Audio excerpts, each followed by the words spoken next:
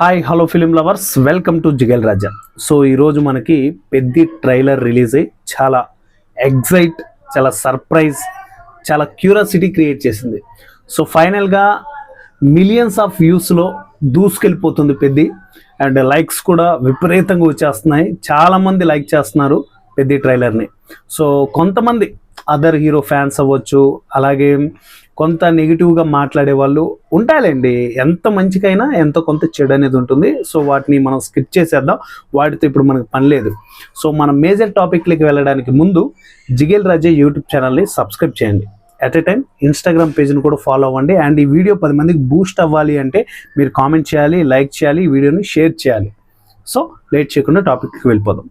First of all, నేను before maybe ఒక 1 month back అనుకుంటాను, ఇది ఫైల్మాన్ గ్లిమ్స్ రిలీజ్ అయిన తర్వాత ఒక అనాలిసిస్ వీడియో చేశాను.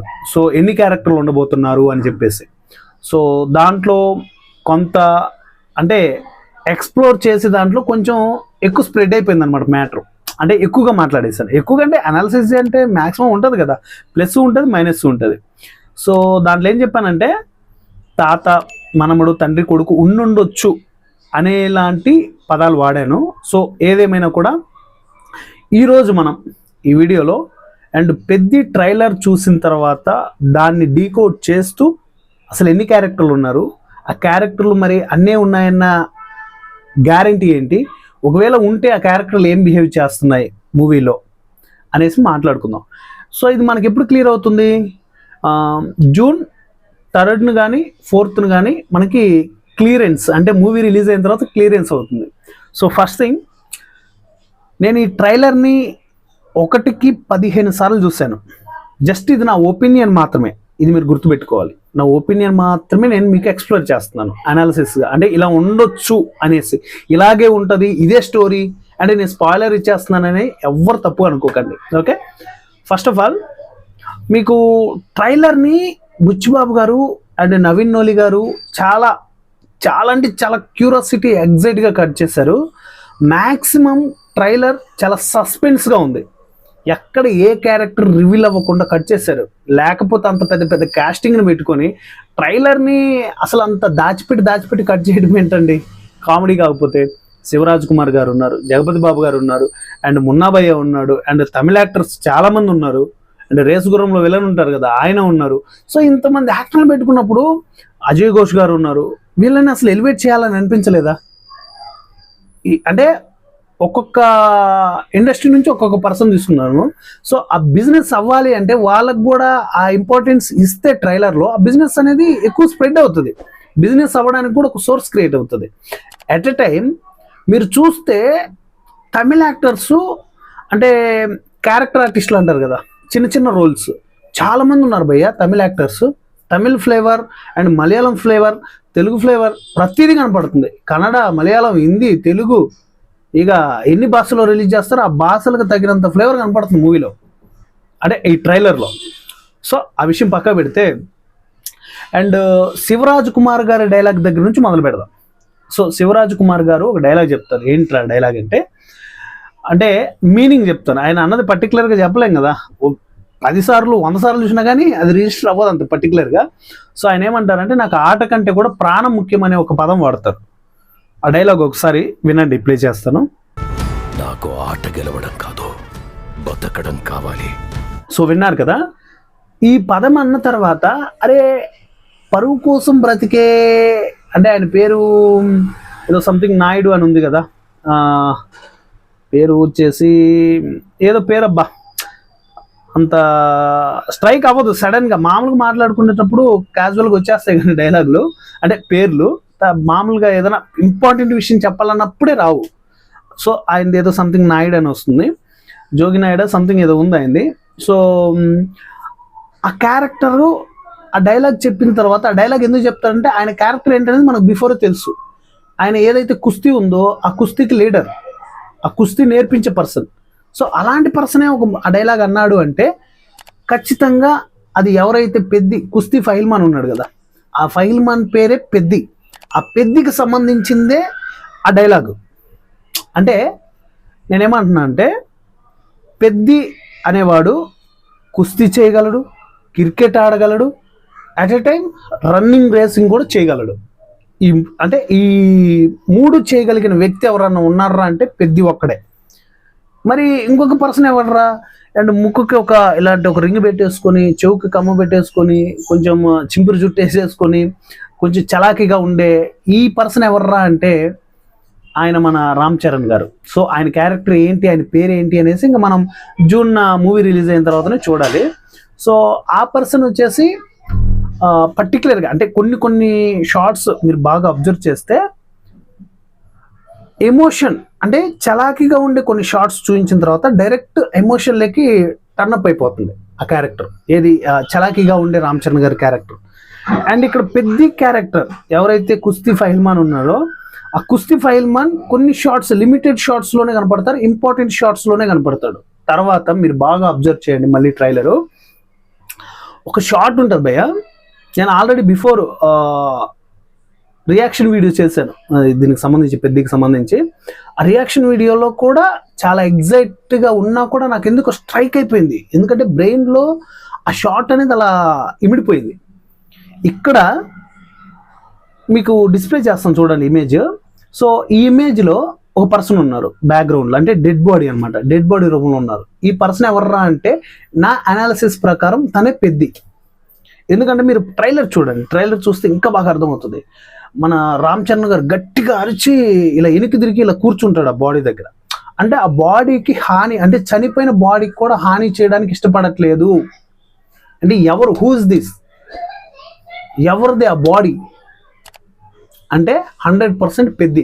ఇక్కడ ఇంకొక డౌట్ కూడా వచ్చింది నాకు, ఏంట్రా అంటే ఆ ఇమేజ్ని కొంచెం జూమ్ చేసి చూస్తే జగపతి బాబు అయ్యే ఆప్షన్ కూడా ఉంది. కానీ 90% పెద్ద క్యారెక్టరే, ఒక 10% అక్కడ జగపతి బాబు గారి క్యారెక్టర్ ఉండే అవకాశం అయితే ఉంది. సో ఆ బాడీని టచ్ చేయకుండా రామ్ చరణ్ గారు అక్కడ నిలబడ్డారు అంటే 100% అది పెద్ద బాడీనే. ఆ బాడీతో చాలా వ్యవహారం ఉంది. సో అతన్ని చంపేస్తారు. ఎవరిని? పెద్ది రామ్ చరణ్ ఫైల్మాన్ని. అంటే ఫైల్మాన్ని చంపడం ఏంట్రా, మనోడు అన్ని స్పోర్ట్స్లలో అండ్ ఫైల్మాన్ అంటే తిప్పి ఎగరేసి కొడతాడు. అతను చంపడం ఏంటంటే, చంపాలి అంటే ఎదురు వెళ్ళి యుద్ధాలు తీసుకొని, అంటే ఆయుధాలు తీసుకొని యుద్ధం చేయడమే కదా భయ్య. తినే అన్నంలో అంత విషం పెట్టినా కూడా మన 7th సెన్స్లో బోధిధర్ముడు చనిపోతాడు కదా, విషం ఉందని గ్రహించి తిని కూడా చనిపోతాడు. సో అలా కూడా చంపొచ్చు. సో ఏదేమైనా తను చనిపోతాడు. తను చనిపోయిన తర్వాత ఆ ఊరికి వచ్చే కొన్ని ప్రాబ్లమ్స్ని సేవ్ చేయడానికి రామ్ చరణ్ గారు ఎలాంటి పరిణామాలు, మీరు కొన్ని షార్ట్స్ అబ్జర్వ్ చేయండి బాగా. తను బైక్ కాదు కార్ని ఇలా ఉల్టా ఇట్లా చేతులతో లేపి పట్టుకొని నోట్లో పేపర్లు పెట్టుకుని ఉన్నప్పుడు కూడా ఆయన కొడుతూ ఉంటారు కర్రలు తీసుకొని. సో అంటే ఆ షాట్ ఎక్కడ జరుగుతుంది? ఏదో ఒక కమిటీ ఆఫీస్ దగ్గర జరుగుతుంది. ఆ ఊరికి ఉన్న ప్రాబ్లమ్ సాల్వ్ చేయడానికి ఆయన అక్కడికి వెళ్ళారు. ఎందుకు? ఊర్లో ఉన్న గవర్నమెంట్ అంతా ఒకటైపోయి ఫైల్మాన్ని చంపేసిన తర్వాత అండ్ ఈ పర్సన్ అప్పటిదాకా చలాకి తిరిగి ఊరంటే పట్టించుకోకుండా ఉండే పర్సన్ సడన్ గా మారిపోతున్నాడు. మీరు బాగా అబ్జర్వ్ చేయండి, ప్రతి షాట్ అబ్జర్వ్ చేయండి. చలాకీగా ఉండే పర్సన్ మారిపోయి అప్పుడు అన్న చనిపోయిన తర్వాత అన్న కోసం అన్న ట్రాక్ లేకి దిగాడు మన హీరో రామ్ చరణ్. పెద్ది అన్న క్యారెక్టర్, రామ్ చరణ్ తమ్ముడు క్యారెక్టర్. అంటే రామ్ చరణ్ అని ఎందుకు అంటున్నానంటే ఆయన క్యారెక్టర్ పేరు మనకి ఇంకా ఎస్టాబ్లిష్ కాలేదు, పెద్ది క్యారెక్టర్ మాత్రం ఎస్టాబ్లిష్ అయింది. అందుకే మీరు లాస్ట్లో అబ్జర్వ్ చేయండి. ఎందుకంటే మన పెద్ది క్యారెక్టర్ ప్రతి షాట్లో అక్కడ కుస్తీ పోటీ, ఏది ప్రజెంట్ జరిగే కుస్తీ పోటీలో కూడా, అంటే ఏదైతే ఇంటర్నేషనల్ కుస్తీ పోటీలు జరుగుతాయి కదా దాంట్లో కానీ రన్నింగ్ రేసింగ్లో కానీ వీటన్నిటిలో ఉన్నాడు. అక్కడ ఆల్రెడీ ఆడుతున్నాడు. ప్రతి సంవత్సరం ఆ ఊరికి ఒక స్వేచ్ఛ తీసుకొస్తున్నాడు. సో ఆ స్వేచ్ఛ కోల్పోయింది ఊరు తను చనిపోవడంతో. ఇప్పుడు ఎలా అన్నప్పుడు అప్పుడు తమ్ముడు క్యారెక్టర్ ఇన్వాల్వ్ అయిపోయి తనకు తెలియకపోయినా కానీ అన్ని తెలుసుకుంటూ చేస్తూ కింద మీద పడుతూ ఊర్లో ఉన్న గవర్నమెంట్ ఏదైతే ఢిల్లీ గవర్నమెంట్ ఉందో ఆ గవర్నమెంట్ని వీళ్ళతో కుమ్మక్కైపోయి మాట్లాడుకుంటూ ఉన్నప్పుడు రామ్ చరణ్ గారు పడే స్ట్రగుల్ అంతా కూడా మనకి ట్రైలర్ సెకండ్ హాఫ్లో చూపిస్తూ ఉంటారు. కానీ క్లైమాక్స్లో ఈ షాట్ వస్తుంది. బాగా అబ్జర్వ్ చేయండి. నేను రియాక్షన్ వీడియోలో చేశాను. బ్యాట్ ఇలా కొట్టడం మళ్ళీ ఇలా లేపడం, అంటే అక్కడ కుస్తీ ప్లస్ బ్యాట్, కుస్తీ బ్యాట్ రెండు వస్తున్నాయి అట్ ఎ టైం. రన్నింగ్ అక్కడ ఒకే దగ్గర ఉండరు చూడండి, మూమెంట్ ఉంటుంది, రన్నింగ్ కూడా మిక్స్ అవుతుంది దాంట్లో. సో 3 ఏవైతే స్పోర్ట్స్ ఉన్నాయో వాటిని కరెక్ట్గా బ్యాలెన్స్ చేస్తూ ఎస్టాబ్లిష్ చేస్తూ చాలా బ్యూటిఫుల్గా చూపించారు భయ్య. అండ్ మీరు మన Mythri movie makers and Sukumar writings అలాగే వృద్ధి సినిమాస్ ఇవన్నీ పడేటప్పుడు ఏంటంటే మీరు బాగా అబ్జర్వ్ చేయండి, అందులో రౌండ్ సర్కిల్స్ 3 లైన్స్ ఉండే సర్కిల్ ఉంటుంది. అది ఏది గ్రౌండ్ అంటే పరిగెత్తుతారు రన్నింగ్ చేస్తారు కదా ఆ స్పోర్ట్స్ గ్రౌండ్ అది. సెకండ్ బ్యాట్ వచ్చింది, బ్యాట్ దేనికి అంటే సింబాలిక్గా చెప్తున్నారు క్రికెట్. సెకండ్ గద కుస్తీ, అసలుకి అది కూడా చాలా బాగా ఎస్టాబ్లిష్ చేశారు తెలుసా మనకి ఓవరాల్గా మూవీలో. అంటే ఈ ట్రైలర్లో ఆ టైటిల్ పడేటప్పుడు కంపల్సరీ అదే ఉంటుంది చూడండి థియేటర్లో కూడా. సో ఈ ట్రాక్ అంతా ఒక ఎత్తు అయితే, అండ్ శివరాజ్ కుమార్ గారి క్యారెక్టర్ వచ్చేసి నేనేమనుకుంటున్నాను రా అంటే ఆయనే పెద్ది అండ్ రామ్ చరణ్ గారికి ఇద్దరికి ఫాదర్ రోల్ అనుకుంటున్నాను. ఎందుకంటే అక్కడ కుస్తీ నేర్పించే పర్సన్ తను, కుస్తీ టీచర్ కాబట్టి ఆయనే కొడుకుని నేర్పించి కొడుకుని ఆ ట్రాక్లో పెట్టాడు. ఇప్పుడు కొన్ని సినిమాలు చూస్తుంటాం, 2 కొడుకులు ఉంటారు, వాళ్ళిద్దరు హీరోలే, కానీ పెద్ద కొడుకేమో కుటుంబాన్ని పట్టించుకుంటూ తండ్రిని చూసుకుంటూ ఉంటాడు, చిన్న కొడుకేమో లైక్ రేస్ గురం సినిమా చూసుకోండి ఆ టైప్ అనమాట. మళ్ళీ అన్ననంటే కోపం వచ్చేస్తుంది కదా, ఆ టైప్ క్యారెక్టర్ అనమాట.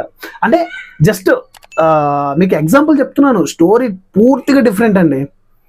మీరు గెస్ చేసినా చేయకపోయినా పూర్తి screen play, story narration, story telling and Ram Charan గారు ఆయన యాక్టింగ్ తోటి వేరే లెవెల్గా తీసుకెళ్ళిపోతాడు.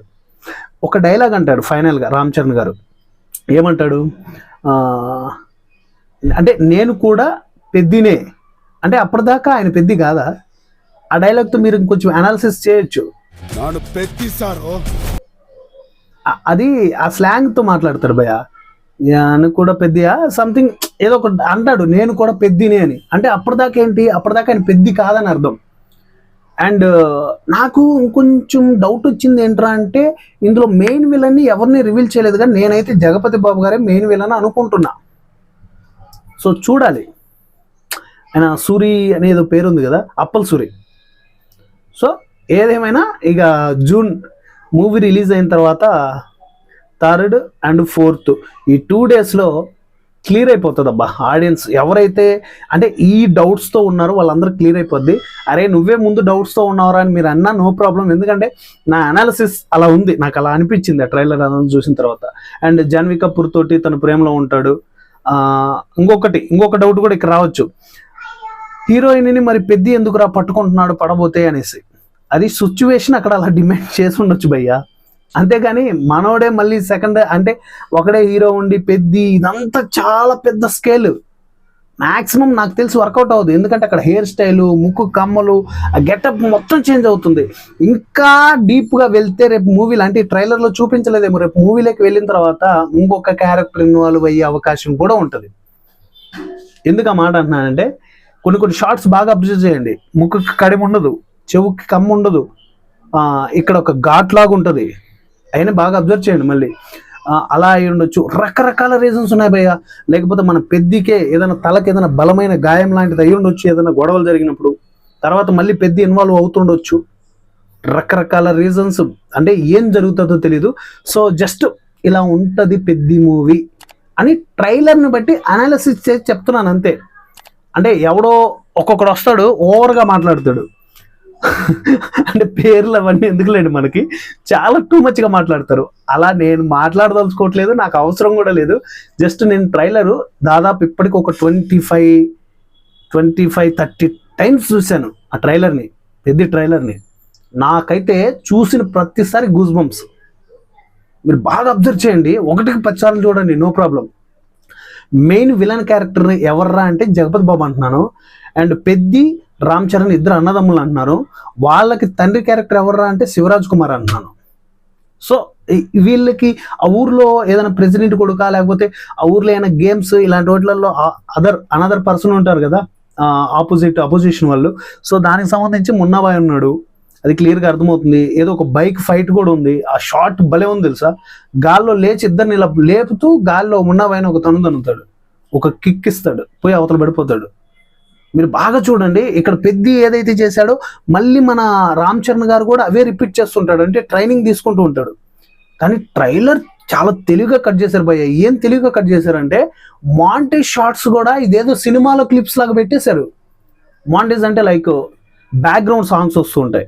అండ్ చిగిరి చిగిరి సాంగ్స్ అయిపోయాయి మనకి, రై రై రారాయి అవి మెయిన్ సాంగ్స్. అండ్ రై రై రారాలో కూడా చాలా మాంటేజెస్, ఇప్పుడు దీంట్లో వచ్చినవి కూడా మాంటేజెస్ చాలా ఉన్నాయి.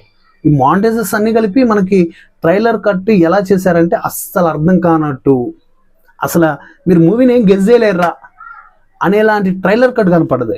మరి మీకేం కనిపించిందో నాకైతే తెలియదు. నాకైతే మాత్రం ట్రైలరు బాబోయ్ దిమాగ్ పెట్టి ఆలోచించినా కానీ అర్థం కానంతగా కట్ చేశారు. సో మనం అనాలిసిస్ చేయాలి అనుకున్నప్పుడు ప్రతిదీ స్క్రీన్ షాట్స్ తీసుకుంటాం, జూమ్ చేస్తాం, ప్రతిదీ డీటెయిలింగ్గా తెలుసుకుంటాం, ఆలోచిస్తాం 1-10 సార్లు. అరే ఇది కరెక్టా కాదా, ఒకవేళ ఇలా చెప్తే మరి అభిమానులు ఎలా రియాక్ట్ అవుతారు అనేసి. సో కామెంట్స్ కూడా వస్తున్నాయి. అరే నాకున్న ఫీలింగ్ చెప్తున్నాను నేను. సో ఇది ఇలా ఉండబోతుంది. నాకైతే నిజంగా చెప్తున్నా, ఈ 2026లో ట్రైలర్తో ఎగ్జైట్ చేసింది అంటే ఈ రేంజ్లో ఎగ్జైట్ చేసింది ఏ సినిమా లేదు భయ్య 2026లో. సో అలాంటప్పుడు ఇక ఎగ్జైట్గా చెప్పకుండా ఎలా చెప్తాను చెప్పండి. ఆల్రెడీ సినిమా లవర్స్ అలాంటి వాళ్ళు ఎలా ఉంటారు? ఉన్నది ఉన్నట్టు మాట్లాడుకోవడానికి తప్పేంటి? కామెంట్లు చేస్తున్నారు అంటే నెగిటివ్ కామెంట్స్. నెగిటివ్ అంటే తిట్టడం కాదులేండి. అరే అంటే నీ ఛానల్లో ఇన్ని వీడియోస్ ఉన్నాయి, దాంట్లో ఏది నువ్వు ప్రభాస్ ఫ్యాన్ అని చెప్పుకుంటున్నావు, కానీ ప్రభాస్ గురించి 1-2 వీడియోలు తప్ప మిగతా ఏమీ లేవు, మిగతాదంతా సిరు ఫ్యామిలీనే మోసేస్తున్నావు అంటే నాకు నచ్చుతుంది. మరి నాకు నచ్చింది కాబట్టి నచ్చిందని చెప్తున్నాను. సో కొన్ని వీడియోస్లో మీరు చూడండి, వాల్తేరు వీరయ్య సినిమా హిట్ కానీ నాకు నచ్చలేదని చెప్పాను. సో రేపు పెద్ది ఖచ్చితంగా ఇప్పుడు ట్రైలర్ ఇచ్చిన ఎగ్జైట్ సినిమా ఇచ్చిందంటే మాత్రం 1 కాదు 2 కాదు ఎన్ని రివ్యూలు దింపుతానో నాకే తెలియదు. అన్ని రివ్యూలు దింపుతా. ఎందుకంటే ఆ సినిమా ఇచ్చే ఎగ్జైట్ అలా ఉంటుంది భయ్యా. అలాంటి అవుట్పుట్ వచ్చినప్పుడు మాట్లాడడానికి తప్పేంటి అంటున్నా. ఇప్పుడు అనాలిసిస్ చేశాను, నాకు ఇలా నచ్చింది, ఇలా అనిపించింది, 100% నేను డీటెయిలింగ్ ఇస్తూ మీకు ఎక్స్ప్లెయిన్ చేశాను. ఏదో టైంపాస్కి చూడండి బ్రో, ఇది బ్రో, అది బ్రో అని చెప్పేసి అవతల లేదో సొల్లు చెప్పినట్టు నేను సొల్లు అవ్వట్లేదు కదా. సో నచ్చితేనే ఫాలో అవ్వండి, నచ్చకపోతే లైట్ తీసుకోండి. సో ఏదేమైనా కూడా నేను చేసిన ఈ అనాలిసిస్ ఏదైతే ఉందో మీకు కరెక్ట్ అనిపిస్తే మాత్రం కింద కామెంట్ చేయండి భయ్యా. ఎందుకంటే నేను 1-10 సార్లు ఆలోచించి డిసిషన్ తీసుకొని దిగాను. ఎందుకంటే మీరు బాగా అబ్జర్వ్ చేయండి, పెద్ద పర్సన్ బ్రతుకుంటే సెకండ్ క్యారెక్టర్ ఎందుకు వచ్చాడు? లేదు, పెద్ద పర్సను బతుకున్నా చనిపోయినా ఆ పర్సన్ ప్లేస్లోకి ఈ పర్సన్ ఎందుకు వచ్చాడు అంటే రీజన్ దొరుకుతుంది. కానీ పెద్ద పర్సన్ బ్రతికుండి అక్కడ తమ్ముడు వస్తుంటే మరి పెద్ద ఏం చేస్తున్నాడు? సరే పెద్దికి ఏదో గతం మర్చిపోయాడు, ఏదో ఢిల్లీకి వెళ్ళి అక్కడక్కడ తిరుగుతున్నాడు, తనకు మళ్ళీ గతం గుర్తు రావడం ఏంటి అంటే ఎలా వస్తుంది? వచ్చిన తర్వాత ఆ ముక్కుకి కడాలు, చెవులకి రింగులు ఇవన్నీ పెట్టుకుంటున్నాడు కదా, మరి అవన్నీ ఏంటి? అవన్నీ ఎవరేస్తున్నారు? ఎలా వస్తున్నాయి?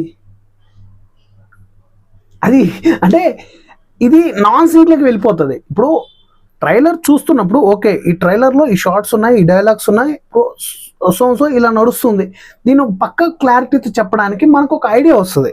ఓకే, ఈ ఐడియా ప్రకారం 100% ఇది ట్రూ అయి ఉండొచ్చు అనే ఇమాజినేషన్ తోటి అనాలిసిస్ ఓకే ఓకే ఓకే అన్నట్టు చెప్తాం. సో అది కూడా తెలియకుండా ఎక్కడిదో తీసుకొచ్చి ఎక్కడిదో పాయింట్ ఇరికిస్తే అది అనాలిసిస్ ఎలా అవుతుంది? సోది అవుతుంది అది. సో అంటే ఇప్పటిదాకా చెప్పింది నేను కూడా చాలా మందికి సోదిలాగా అనిపిస్తుంది. సో అది సినిమా లవర్స్ అండ్ ఆ సినిమాలను ఇష్టపడే వాళ్ళకి అండ్ రామ్ చరణ్ గారి అభిమానులకి, ఎందుకంటే వాళ్ళు డీటెయిల్గా డీప్గా అబ్జర్వ్ చేస్తారు. నేను చెప్పిన తర్వాతనే వాళ్ళు మళ్ళీ అబ్జర్వ్ చేస్తారు, ఈ డైలాగ్స్ ఉన్నాయా లేవా, వీడు చెప్పింది కరెక్టా కాదని. సో 1-10 సార్లు మేము చూసే కదా చెప్తాం. అలాంటప్పుడు 100% నేను చూశాను, చెప్పాను కదా, 25 నుంచి 30 టైమ్స్ నేను ట్రైలర్ చూశాను. ఎంత గెస్ చేసి ఉంటాను, ప్రతిదీ జూమ్ చేసి మరీ చూశాను. అందుకే ఆ డెడ్ బాడీ దగ్గర జగపతి బాబు గారిదేమో అని ఒక డౌట్. సో జగపతి బాబు గారు విలన్ అని ఎందుకన్నానంటే చూపించిన కొన్ని షార్ట్స్ కూడా వినయంగా మంచులాగా చూపించారు, మిగతాది ఎక్కడ కూడా ఎక్కువ ఎస్టాబ్లిష్ చేయలేదు. అంటే రేర్గా మన తెలుగు ఇండస్ట్రీలో ఏంటంటే విలన్ని సైడ్కి పెట్టారు అంటే మంచివాడుగా చూపించాడంటే వాడే విలన్ అయి ఉంటాడు, లేదా దాచిపెట్టాడంటే వాడే విలన్ అయి ఉంటాడు. సో ఏదేమైనా కూడా మనం ఫైనల్గా జూన్కి మాట్లాడుకుందాం భయ్య. చాలా లాగ్ అయిపోయింది, దాదాపు 20 minutes మాట్లాడాను అనుకుంటున్నాను, అసలు తెలియలేదు అంత టైం కూడా మాట్లాడానా లేదా అని. సో ఇది ఇవాళ వీడియో. ఎలా అనిపించిందో కింద కామెంట్లో తెలియచేయండి. వన్స్ అగైన్ ఎక్కువ మందికి బూస్ట్ అవ్వాలి అంటే లైక్ చేయండి, షేర్ చేయండి, కామెంట్ చేయండి అండ్ సబ్స్క్రైబ్ చేసుకొని హైప్ బటన్ వచ్చింది అనుకోండి, హైప్ ఇవ్వండి. కామెంట్స్ లైక్స్ చేయడం వల్ల ఎక్కువ మందికి బూస్ట్ అవుతుంది వీడియో. సో ఇలాంటి వీడియోలు మీరు పొందాలి అంటే మన ఛానల్ని వన్స్ అగైన్ సబ్స్క్రైబ్ చేసుకుని, అలాగే ఇన్స్టాలో కూడా చాలా బాగా సపోర్ట్ చేస్తున్నారు గైస్, చాలా అంటే చాలా బాగా సపోర్ట్ చేస్తున్నారు. సో ఇన్స్టాలో సపోర్ట్ చేసేవాళ్ళు అండ్ ఇన్స్టాలో చూసేవాళ్ళు కూడా మన యూట్యూబ్కి వచ్చి జిగేల్ రాజా అని సెర్చ్ చేయండి చాలు. సెర్చ్ చేశారనుకోండి ఫస్ట్ సెకండ్లో మన ఛానలే వస్తుంది. వచ్చిన తర్వాత దాని మీద క్లిక్ చేయండి అండ్ బిఫోర్ చేసిన వీడియోస్ కూడా ఉన్నాయి, వాటిని చూడండి. నేనేదో తప్పు చేశాను, తప్పుగా మాట్లాడినానంటే కామెంట్లో మీ ఇష్టం, నేనేం అనట్లేదు కదా. సో ఇంకెందుకులేండి లాగ్ ఎక్కువ, అంటే నాకు కూడా సోదిలాగా అనిపిస్తుంది ఇంక ఎక్కువ మాట్లాడే కొద్దీ. ఇది అండి ఇవాళ వీడియో అండ్ ఇలాంటి రెగ్యులర్ వీడియోస్ అప్డేట్స్ కంటిన్యూగా అందిస్తూ ఉంటాను. ఇంకా చాలా ఉన్నాయి పెద్ద ట్రైలర్ గురించి మాట్లాడాల్సిన వీడియోస్ రాబోయే వీడియోస్లో కంటిన్యూగా మాట్లాడుకుందాం. నెక్స్ట్ వీడియోలో మళ్ళీ కలుసుకుందాం. Thank you.